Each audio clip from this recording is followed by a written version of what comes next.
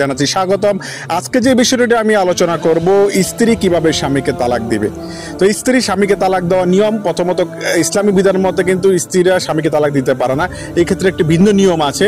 আপনার স্ত্রী যদি তালাকের ক্ষমতা প্রাপ্ত হয় কাবিন নামার কাগজে, অর্থাৎ 18 নম্বর কলমে যদি তার স্বামী তার স্ত্রীকে তালাক দেওয়ার ক্ষমতা দিয়ে থাকে, এই ক্ষমতা বলে স্ত্রী তালাকে তৌফিউজ গ্রহণ করতে পারবে। তো তালাকে তৌফিউজ গ্রহণ করতে হলে আপনাকে যে কাজটি করতে হবে, বাংলাদেশ সরকার আইনের মোতাবেক কাজী অফিসে যাইতে হবে।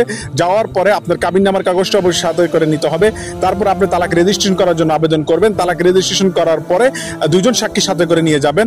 তো তালাক রেজিস্ট্রেশন কমপ্লিট করার পরে আপনার কাজী অফিস থেকে যে নোটিশ কপি দিবে, এই নোটিশ কপির মেইন কপিটা আপনার কাছে রেখে দিয়ে ফটোকপি তার একটি যে আপনার স্বামী ঠিকানা বরাবর পাঠাতে হবে, আর আরেকটি কপি তার ইউনিয়ন পরিষদ বা চেয়ারম্যান বরাবর পাঠাতে হবে।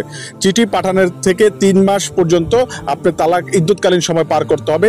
যেদিন থেকে চিঠি পাঠাবেন তার 3 মাস পরে তালাক কার্যকারিতা হয়ে যাবে।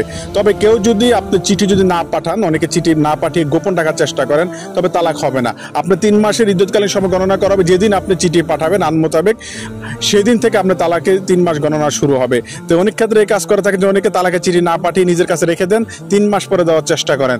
মানে ভাবেন যে 3 মাস পরে দিলে তালাক কার্যকারিতা হয়ে যাবে। না, আইন মোতাবেক যেদিন থেকে তালাকে চিঠি পাঠাবেন তার 3 মাস পরে তালাকে ইদ্যুৎকালীন সময় পার হয়। তো ওই দিনকালীন সময় পার হওয়ার পরে তালাক কার্যকারিতা হয়ে যায়।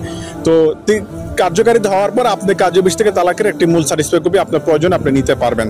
তো এখনো যারা আমাদের ইউটিউব চ্যানেলকে সাবস্ক্রাইব করেননি, ইউটিউব চ্যানেল সাবস্ক্রাইব করে পাশে থাকা বেল বাটনটি প্রেস করে দিন, যাতে সবার আগে নিত্য নতুন ভিডিও আপনার কাছে পৌঁছে যায়। আল্লাহ হাফেজ। আসসালামু আলাইকুম রহমতুল্লাহ।